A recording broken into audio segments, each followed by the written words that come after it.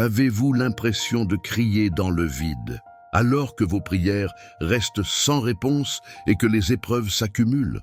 Et si je vous disais que ce silence n'est pas une absence, mais le signe qu'un miracle sans précédent est sur le point de se produire dans votre vie? Aujourd'hui, je vais vous révéler pourquoi. Vos larmes ont enfin touché le cœur de Dieu et comment activer la promesse qui va transformer votre saison de douleur en une ère de gloire. Restez bien avec nous jusqu'à la fin de cette vidéo, car nous allons sceller ensemble cette parole par une déclaration de foi qui pourrait bien ouvrir des portes que vous pensiez fermées à jamais. Si vous avez besoin d'une percée aujourd'hui, le Seigneur a un message urgent pour votre âme. Abonnez-vous et activez la cloche, car votre restauration commence ici et maintenant. Prête l'oreille à ce murmure qui s'adresse à ton esprit en cet instant même. La présence ici n'est pas le fruit du hasard.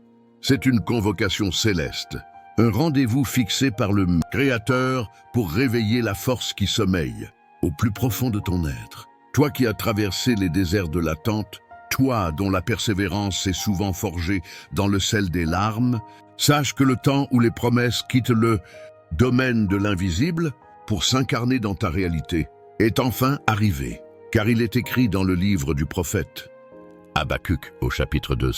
C'est une prophétie dont le temps est déjà fixé, elle marche vers son terme et elle ne mentira pas. Si elle tarde, attends-la, car elle s'accomplira certainement. Je connais le poids des silences qui ont jalonné tes nuits. J'ai vu tes luttes solitaires et les moments où l'horizon semblait s'obscurcir sous la pression des épreuves. Pourtant, aucun de tes soupirs n'est resté sans écho. Chaque goutte de tristesse a été recueillie avec une tendresse infinie, comme le rappelle le vieux psaume 56. Tu comptes les pas de ma vie errante. Recueille mes larmes dans ton outre. Ne sont-elles pas inscrites dans ton livre? Le passé, avec ses cicatrices et ses déceptions, n'était qu'un terrain de préparation. Je t'ai façonné pour une gloire qui dépasse tes mesures. Relève la tête et considère ton identité réelle.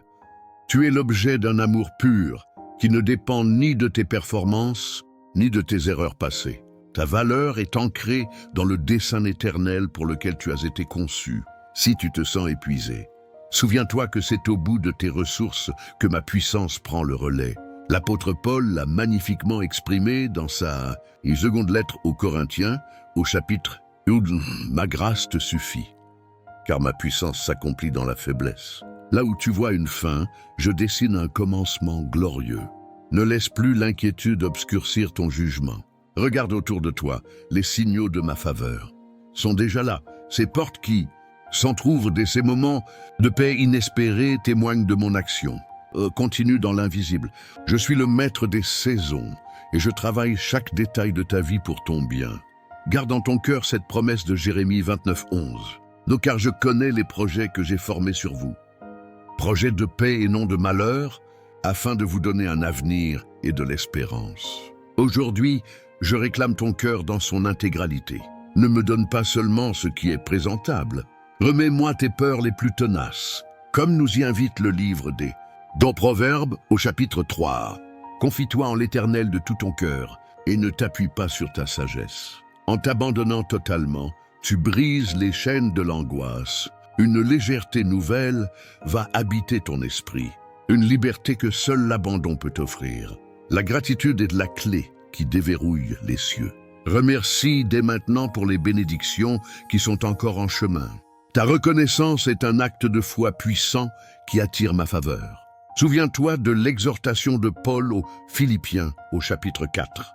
Ne vous inquiétez de rien, mais en toute chose, faites connaître vos besoins à Dieu par des prières, avec des actions de grâce. Ne garde pas cet espoir pour toi seul. Autour de toi, des âmes errent dans le froid. Deviens le canal par lequel ma lumière se propage. Tu es équipé pour vaincre et choisi pour témoigner. Car dans le livre de Ésaïe au chapitre 60, l'appel retentit pour toi. Lève-toi, sois éclairé, car ta lumière arrive, et la gloire de l'Éternel se lève sur toi. Le temps de ta restauration est arrivé. Lève-toi et marche avec une détermination nouvelle. Fixe tes yeux sur la lumière qui se lève sur ton chemin. Je suis avec toi à chaque battement de cœur, aujourd'hui et pour l'éternité. Ta victoire est déjà scellée.